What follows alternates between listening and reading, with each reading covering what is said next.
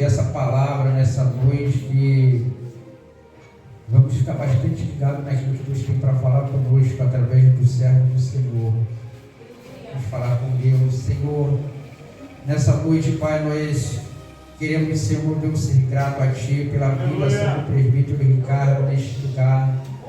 Pai amado, mais uma vez o Teu Filho, Senhor, vai ser boca sua neste lugar. Que eu possa usá-lo, Senhor, poderosamente como nunca o Senhor usou antes. Pai, com a sua unção, mais uma vez, venha descer sobre a vida dele. Pai, essa unção, Senhor, meu Deus, vem inundar a Tua igreja de uma maneira tal, Pai, a qual, Senhor, nós vemos, Senhor, ser impactados. Meu Deus, toma, Senhor, a vida do Teu Filho, essa palavra, Senhor, que vai ser ministrada em nossas vidas. Que venha, Senhor, meu Deus, transformar vidas, restaurar vidas. Que através desta palavra, Senhor, vidas venham a ser transformadas nesta noite. Em nome de Jesus. Amém. Amém. Aleluia. Graças a Deus. Eu quero cumprimentar os irmãos com a paz do Senhor Jesus. Amém. Você já olhou para a pessoa que está do seu lado e elogiou ela, disse: você está muito bonita hoje. Se não tiver ninguém bonito aí, olha aqui para cima, aqui o pastor Ronaldo aqui, ó. Oh, glória. Meus irmãos, é uma alegria muito grande poder estar com os irmãos mais uma vez. Eu digo mais uma vez como se estivesse aqui mês passado, né? Já tem bastante tempo, tem uns 3 anos já que a gente se mudou lá para o lado da Vila Aliança. Eu acho que deve ter mais ou menos isso, até mais, né? Quando eu venho por aqui. Mas é uma alegria muito grande poder estar com os irmãos nessa noite, tendo essa oportunidade. Agradecer ao pastor Ronaldo, que nos fez o convite. Há mais ou menos um mês atrás eu preguei aqui na entrada aqui do Cavalo de Aço. Eu passei por aqui, eu falei: não vou passar em branco, não. Vou lá dar um abraço no pastor, os irmãos que estão lá, que sempre nos receberam com muito carinho. Eu agradeço a todo o ministério, pastor Ronaldo, pastor Elias, né, que não está aqui também hoje. Está ali? Ali, lá, está lá. Pastor Eliseu, né, foi o que fez a ponte aí, nos entrou em contato. A sua esposa Luciana, que continua aí um roxinol de Deus. Quando abre a boca, irmão, o diabo não fica no lugar. Que Deus continue abençoando a vida de toda a família, o ministério aqui Colheita, a todos vocês que fazem parte desse ministério, que Deus continue abençoando a sua vida. Amém? Amém. Como minha esposa já foi apresentada, mas está ali comigo ali a minha esposa, a minha princesa, que o Senhor me deu, né? Então está comigo ali sempre, do meu lado ali, correndo das oportunidades, tá, irmãos? Ela corre. Mas vamos abrir a nossa Bíblia, querido, para nós não nos estendermos em palavra, no livro de Lucas, capítulo de número 6. Louvado seja o nome do Senhor. Livro de Lucas, capítulo de número 6.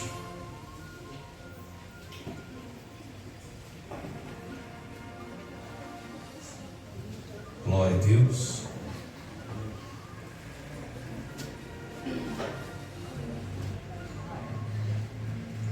Quem encontrou, diga amém. Amém. Lucas capítulo 6, a partir do versículo 6, que diz assim a palavra do Senhor: e aconteceu também que no outro sábado, que entrou na sinagoga e estava ensinando, havia ali um homem que tinha a mão direita mirrada. E os escribas e fariseus, observando, se o curaria no sábado, para acharem do que acusar. Mas ele bem conhecia os pensamentos, por isso disse ao homem que tinha a mão mirrada: levanta-te, fica em pé no meio. E levantando-se, ficou em pé. Então Jesus lhe disse: uma coisa vos hei de perguntar: é lícito nós no sábado fazer o bem ou fazer o mal, salvar a vida ou matar? E olhando para todos em redor, disse ao homem: estende a tua mão. E assim o fez, e a sua mão lhe foi restituída como a outra. Amém? Pode se assentar em nome do Senhor Jesus. Glória ao Senhor. Queridos irmãos, O texto que nós acabamos de ler, essa mesma passagem também vai ser referida também no livro de Mateus, capítulo de número 12, a partir do versículo 9, e também o livro de Marcos, capítulo 13, a partir do versículo 1, vai contar esse episódio que aconteceu no ministério de Jesus. Todos nós sabemos que quando o Senhor Jesus dá início ao seu ministério, há um grande alvoroço em toda a Galileia, Judeia, em toda a região das cidades por Jerusalém, porque nós sabemos que os religiosos da época de Jesus já estavam completamente corrompidos, o reinado também estava corrompido, tanto é que no tempo de Jesus nós vamos perceber que a religião, que os sacerdotes já estavam corrompidos, porque no cenário em que Jesus havia nascido, havia dois sumos sacerdotes, chamado Anás e chamado Caifás, um sogro e um genro, era um sumo sacerdote. E todos nós sabemos que quando Deus instituiu o chamado para o sacerdote, Deus somente elegeu que um seria o sumo sacerdote. Então a religião já estava corrompida. Nós vemos que no cenário do reinado, o rei também estava corrompido, por nome Herodes. Esse Herodes que nós conhecemos a história quando Jesus era recém-nascido, manda com que mate todas as crianças menos de 2 anos. Então o reinado já estava corrompido. Os profetas não eram levantados por Deus, já fazia mais de 400 anos. Até o momento que Deus levanta um homem chamado João Batista. Então estava uma bagunça o cenário em que o Senhor Jesus estava sendo levantado. É neste momento em que Jesus, ele com seus 30 anos de idade, ele é levantado para iniciar o seu ministério. Quando ele começa a pregar a palavra de Deus, juntamente com pregar a palavra de Deus, as pessoas que estavam lhe ouvindo nitidamente recebiam o milagre, recebiam a cura, recebiam a libertação. Não precisava ele gritar, não precisava ele fazer nada disso, era algo naturalmente. E tudo aquilo que foge da panela, tudo aquilo que foge do sistema que havia sido construído, causa sempre um incômodo. Então Jesus começa a fazer um reboliço na cidade, e os fariseus e saduceus, que eram os doutores da época, que eram os ensinadores da época, começam agora a enviar mensageiros para descobrir quem era aquele homem nascido na Galileia, uma cidade que era desprezada por nome Nazaré, aonde era uma cidade considerada a pior das cidades que havia naquela região. Só que Deus havia levantado o seu eleito daquela região, e os homens olhavam e desprezavam, porque ouvia falar da cidade a qual ele vinha. Só que quem olha pela aparência julga de onde veio, julga de onde nasceu, mas se Deus levantou, ele vai garantir, porque ele te chamou.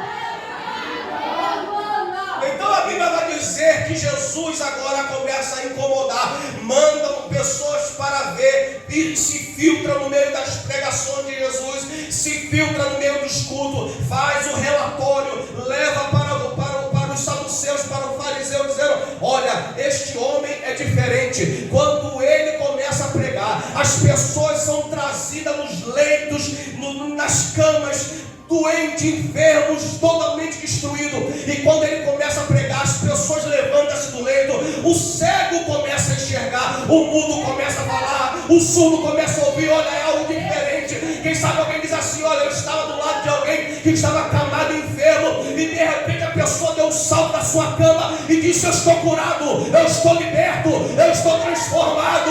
E ele diz: olha, não sei o que esse homem tem, mas eu digo algo para você, ele vai causar um grande problema para vocês, porque ele está crescendo em toda a Judeia e está se expandindo por toda a Galileia. Então o objetivo dos fariseus e saduceus era parar o Senhor Jesus. Só que não tem como parar alguém que o Senhor está levantando. Não tem como calar a voz de alguém que o Senhor está projetando para crescer. Pode tentar causar calúnia, pode tentar levantar fofoca, pode tentar fazer o que quiser, dizer: se Deus me escolheu, se Ele te escolheu, se Ele abriu essas portas, se Ele te colocou aqui, Ele te garante que nenhuma ferramenta que vai se levantar contra você vai prosperar.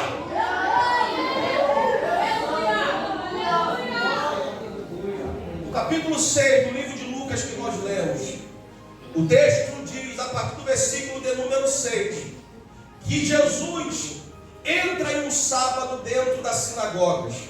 Mas uma semana antes, ou alguns versículos antes, a partir do versículo 5, voltando ele, se você vai ler, o texto vai dizer que antes desse sábado, que Jesus ele entra na sinagoga, uma semana antes, ou seja, um sábado antes desse episódio, Jesus estava passando pela cidade ali da região e os seus discípulos estavam com fome. E eles viram ali uma plantação de milho e eles pegaram o milho e começaram a comer. E os saduceus, os fariseus, olhando aquela situação, se aproximou de Jesus e disse: não é lícito que os seus discípulos eles venham fazer isso exatamente no sábado. Por que essa questão de não poder se alimentar no sábado? Todos nós sabemos que o sábado para os judeus é algo muito importante, porque no livro de Isaías, no livro de Êxodo, capítulo de número 20, a partir do versículo 11, nós vamos ver Moisés escrevendo que o Senhor, ele criou os céus e a terra, criou tudo que há sobre este universo, e no sexto ou no sétimo dia ele descansou. Então Deus ordena que no sétimo dia os seus filhos, ou seja, os hebreus, eles também venham descansar de todos os seus trabalhos. Então nós vemos que aqui no capítulo 20 de Êxodo está aqui escrito as 20 leis que Deus, as 10 leis que Deus havia dado para Moisés dizer para os seus filhos, pela qual eles deveriam seguir a sua vida em obediência a Deus. Só que os judeus, se baseando nesses 10 mandamentos aqui do capítulo 20, eles vão criar cerca de 613 leis que os judeus deveriam seguir. Dessas 613 leis, eles eram categóricos em dizer que eles não poderiam no sábado fazer exatamente nada, não poderia nem sequer bater um prego na parede, até o tocar numa tomada para ligar uma luz era extremamente proibido, não poderia fazer, não poderia, porque seria um sacrilégio, seria um pecado. Então quando os saduceus e os fariseus vê um discípulo de Jesus se alimentando, eles repreendem o Senhor Jesus, e Jesus olha para ele e diz: está aqui alguém que é maior do que Moisés. Então se eu digo para eles que eles podem comer, eu estou garantido, porque eu sou o Senhor do sábado e de todas as coisas. Só pode mudar a lei quem escreveu a lei. Então eles se sentem incomodados, sai dali, bate o pé e diz: nós precisamos para esse homem, porque esse homem é perigoso, ele vai causar um grande alvoroço. Aí o texto sagrado vai dizer que Jesus entra neste sábado na sinagoga e estava tudo preparado, porque o sábado, aquele momento que eles se separavam, os judeus se separavam, começava no final da sexta-feira e durava até o final do sábado. Este era aquilo que ele separava, o sábado de separação para o Senhor. Ele não fazia absolutamente nada a não ser se consagrar. E o texto diz que quando Jesus entra dentro daquela sinagoga, ele ali tem a oportunidade de pregar. Imagina, querido, você entrar num culto em que o próprio Senhor Jesus está pregando naquele culto. Então Jesus recebe a oportunidade para pregar e coloca ali, a Bíblia vai dizer que há um homem que é colocado ali como uma isca para ver se Jesus iria curar. Olha para seu irmão, diga para ele assim: se tiver alguém doente na casa, Jesus não vai deixar passar batido. Se tiver alguém enfermo na casa, Jesus não vai deixar sair do mesmo jeito. Se tiver alguém na casa precisando de um milagre, não vai sair da mesma maneira. Se tiver alguém na casa precisando de um milagre, não vai sair da mesma maneira, porque Deus nessa noite vai mudar a história de quem entrou na casa.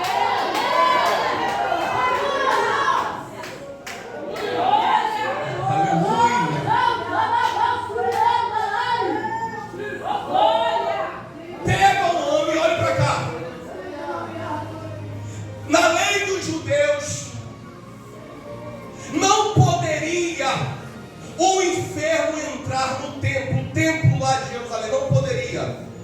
ele não podia entrar. Havia uma lei que o proibia fazer um culto.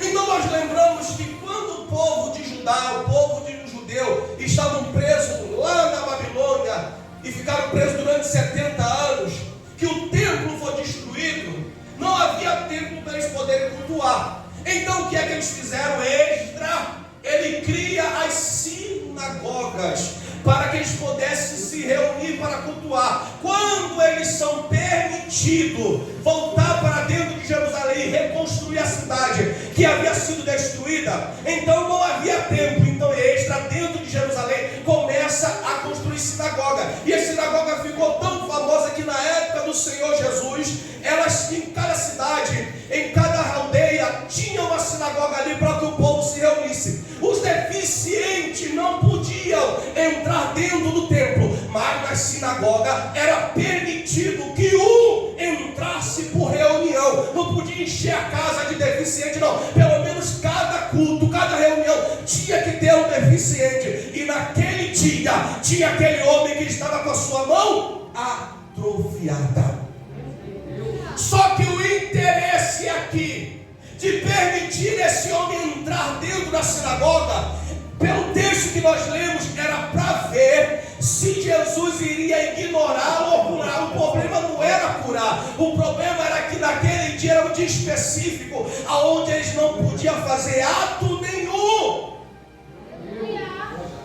Além do sábado, dizia que o homem não poderia trabalhar. Se o animal dele caísse em um buraco, infelizmente iria morrer. Ele não poderia fazer nada. Então Jesus, pela lei, está proibido de curar o homem. Quem sabe Jesus entra dentro da sinagoga, bate o olho no homem assim e diz: já te vi, já estou no meu golpe de vista. E vai e sobe para receber a sua oportunidade de pregar. E os homens e os saduceus e os fariseus estão olhando para o Senhor Jesus. Ele não quer saber de culto, ele não quer saber de orar, ele não quer saber de louvar. Eles querem ver o culto, eles querem ver o que está sendo feito. Só vem para orar, ou só vem para olhar.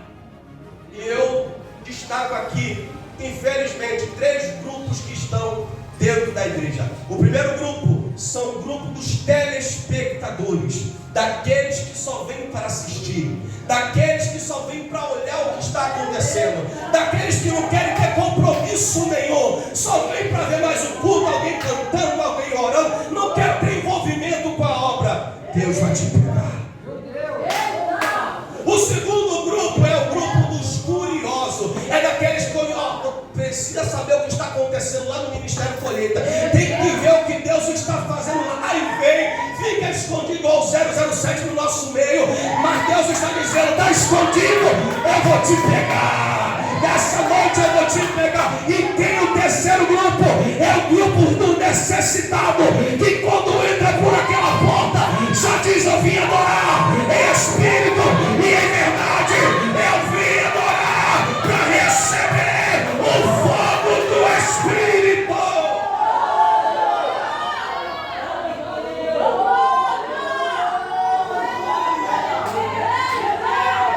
Aleluia! Quem é você nessa noite? Se você entrou nessa noite aqui porque você precisa de um milagre, Deus está dizendo: começa a sentir agora essa glória que eu estou derramando neste lugar. Não tem diabo que vai impedir o meu agir.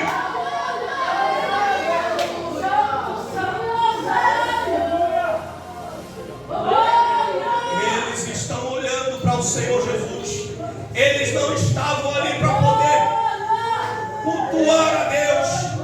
Eles não estavam ali para prestar um culto ao Senhor, mas eles estavam preocupados com o sábado. Isso se chama hipocrisia. Não querem ver Deus operar, não querem ver Deus trabalhar, querem juntar elementos para usar contra. Infelizmente, existem muitos por aí que estão dentro da igreja. Ele critica a forma que o pastor conduz a igreja. Ele critica: eu poderia estar lá na frente fazendo melhor, eu canto melhor, eu prego melhor, eu sou melhor. Só entra para criticar. Mas eu quero dizer para você nessa noite, se houver alguém em nosso meio assim, ele vai te pegar nessa noite e tu vai virar crente de verdade, mas a glória vai quebrar todo aquele que entra para querer criticar.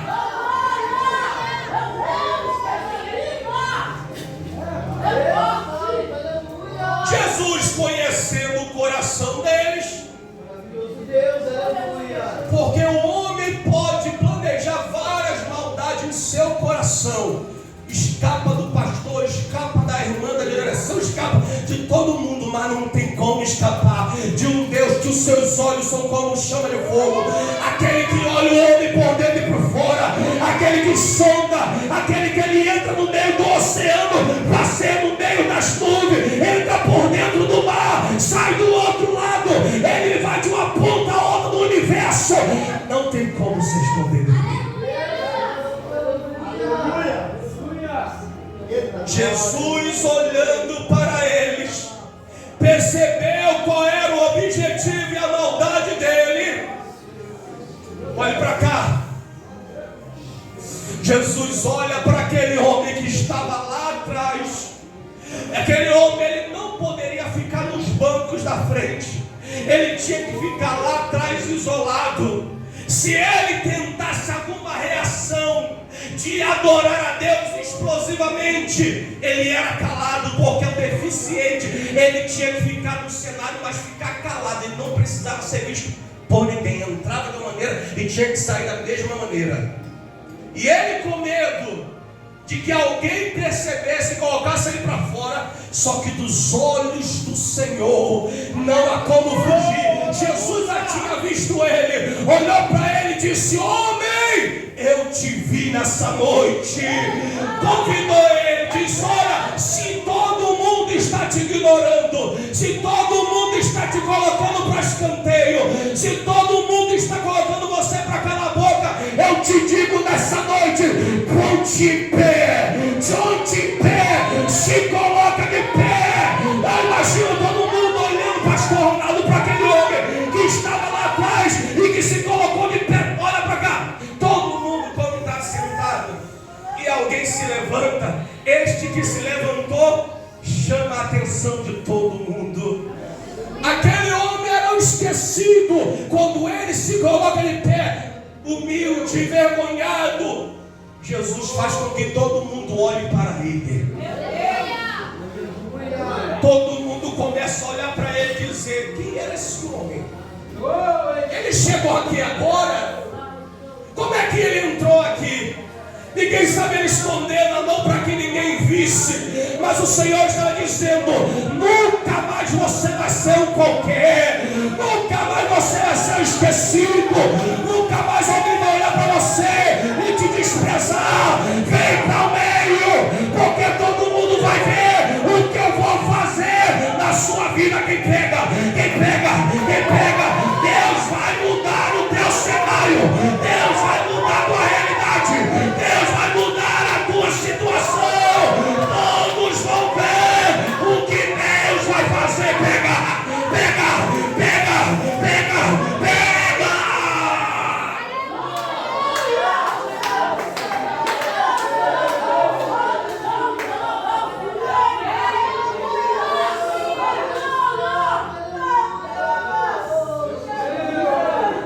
Jesus não está preocupado com o que vai falar a respeito dele. Ele não está preocupado se vão acusá-lo. Ele está preocupado que entrou na casa e tinha alguém precisando dele. Será que nessa noite entrou aqui alguém que está precisando de Jesus? Ele está dizendo nessa noite que ele vai pegar aqueles que entraram aqui nessa noite e que há muito tempo foi desprezado pelo sistema. Ele está dizendo: vai te colocar em evidência, vai te colocar à frente, e quem te olhava de baixo para de cima para baixo vai ver Deus te colocando lá em cima.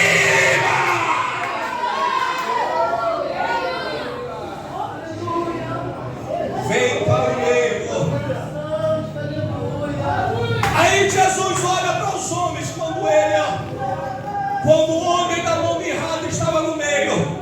Jesus olha para ele, olha para a multidão dos religiosos e diz para ele assim: ó, qual é o homem que vendo alguém perder a sua vida, não tem uma ovelha e está vendo ela morrendo, sendo no dia de sábado, vai deixar ela morrer? Todo mundo ficou olhando para Jesus, porque não tinha resposta, porque na teoria da lei era para morrer. Só que os homens ficaram com medo da resposta. Aí Jesus disse: já que você não tem resposta, eu tenho. Se for no sábado ou se for no domingo, não importa. Se tiver alguém precisando de mim, eu entro com providência, eu entro com salvação, eu entro com auxílio. Mas vai quebrar a lei, não tem problema. Eu sou o Senhor que criou o sábado, o domingo, a segunda, a terça, a quarta, a quinta. Se eu quiser curar, eu mudo as datas, eu mudo o tempo, porque eu sou o dono da vida.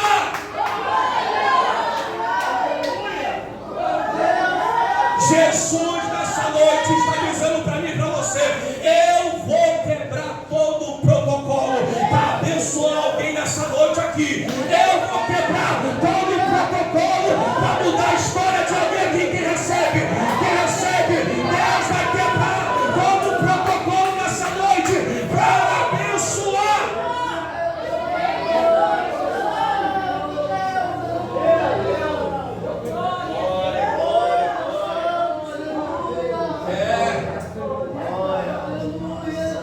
Quando Jesus dá essa informação para eles, Jesus olha para o homem no meio, todo mundo olhando para ele. Talvez quem já havia visto ele em outras situações, o homem desprezado por causa da sua deficiência, mas que naquele momento havia, sem saber, tido um encontro marcado com o Salvador. Nós vemos os cultos adorando, exaltando, mas como é maravilhoso quando é o dia que o Senhor tem um encontro conosco. Quando Ele nos pega e diz: a partir de hoje eu vou mostrar para você que eu sou o Deus que te fortalece, o Deus que te sustenta, o Deus que te guia, para você entender que todo momento sempre foi Ele na nossa vida. O homem estava no meio, ele olhou para ele: olha, todo mundo aqui não queria que você recebesse o seu milagre, mas eu vim neste culto aqui para te dizer que ninguém vai atrapalhar o meu agir na sua vida. Ninguém vai atrapalhar o meu projeto na sua casa. Estenda a tua mão nessa noite, como Jesus disse para aquele homem: estende as tuas mãos. E aquele homem, com a sua mãozinha estendida, assim deficiente, ele estende a mão, continua com a sua mão estendida aqui nessa noite, porque eu tenho algo profético para declarar sobre a sua vida. Ele estende a mão e Jesus pega na mão dele assim: receba o milagre, receba a cura, receba a restauração, receba!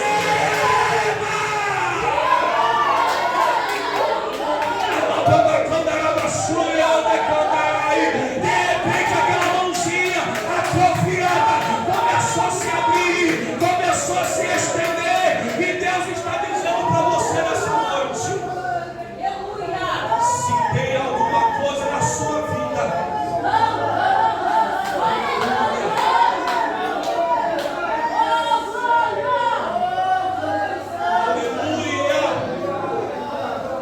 se tem alguma coisa na sua vida que há muito tempo você tem vindo a cara de Deus, mas se encontra atrofiada, deficiente, atrapalhando você de prestar o melhor culto para Deus, Ele está dizendo para você nessa noite: estende a tua mão, porque tem milagre descendo na noite desse dia. Estende a tua mão, porque tem glória descendo neste lugar. Estende a tua mão, porque todos vão ver o milagre acontecer.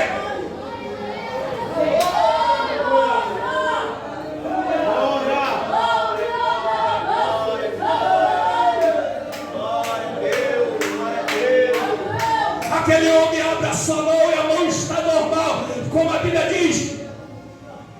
E nesse livro aqui de Lucas, que era um doutor, ele vai nos trazer a experiência clara de que a mão do homem que era deficiente era a mão direita.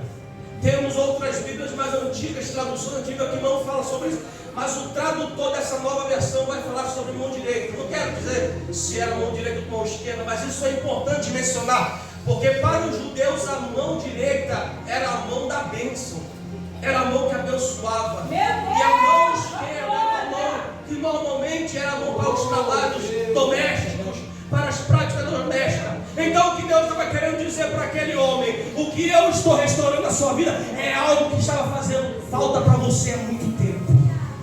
Era algo que você estava dependendo dessa restauração há muito tempo. Era algo que você precisava urgentemente de restauração. Era algo que você estava necessitando há muito tempo. E você até achou que nunca iria chegar esse resgate. Mas na noite desse dia, chegou aquele que vai restaurar aquilo que você está sentindo falta. Você que há muito tempo não sente mais aquela presença gostosa do Espírito Santo, foi esfriado por causa dos problemas da vida, foi esfriado por causa das tempestades da vida, mas Deus está dizendo nessa noite, eu vou te acender novamente, eu vou acender o pavio que está fumegando. Se o teu casamento está acaba, mas não acaba, apaga, mas não apaga, Deus está dizendo, eu vou colocar óleo nesse casamento aí, para acender a chama. Se o teu filho está nas drogas e parece que não tem esperança, eu vou trazer de volta, eu vou restaurar a comunhão.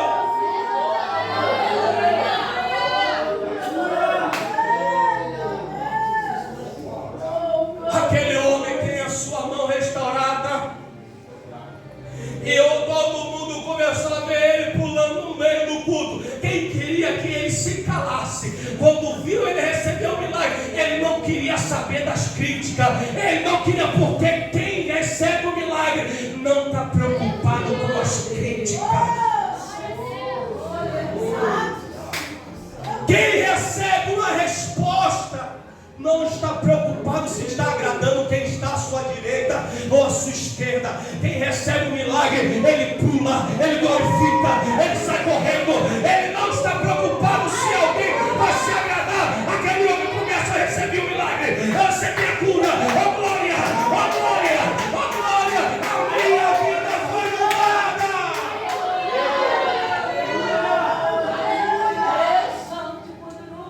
Deus está dizendo que o teu milagre vai virar notícia.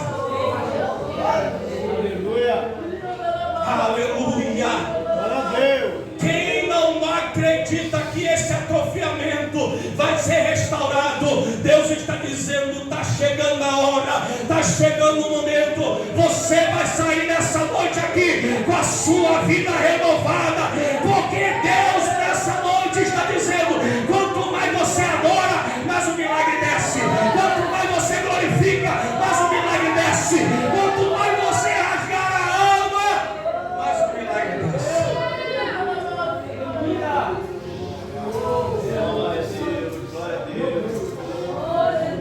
Pega o violão aí para mim, por favor, meu filho.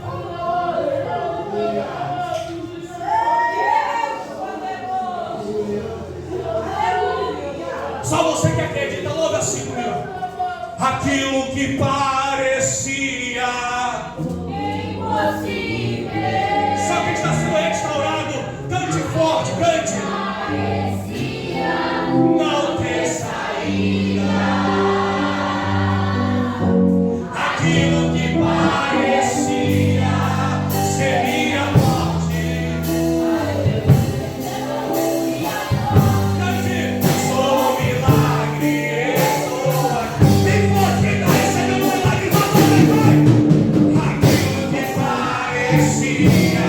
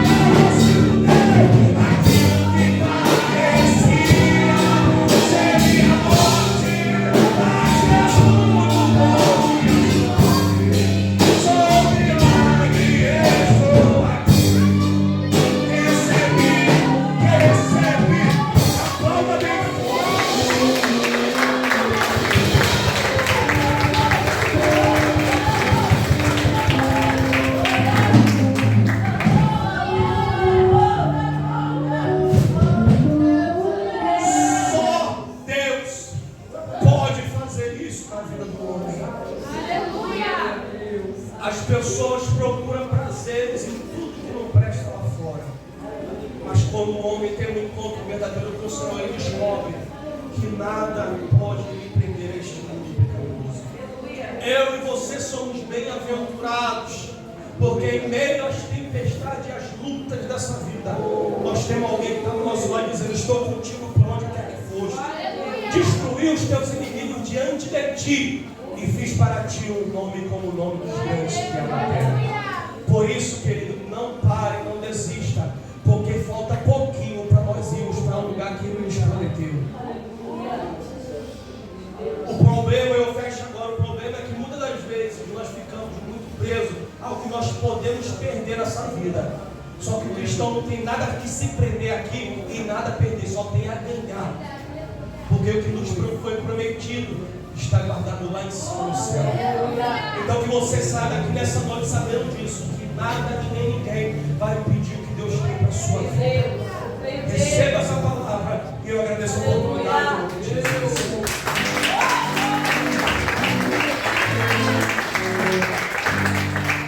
Aleluia. Palavra. Não pode nem sair daqui hoje.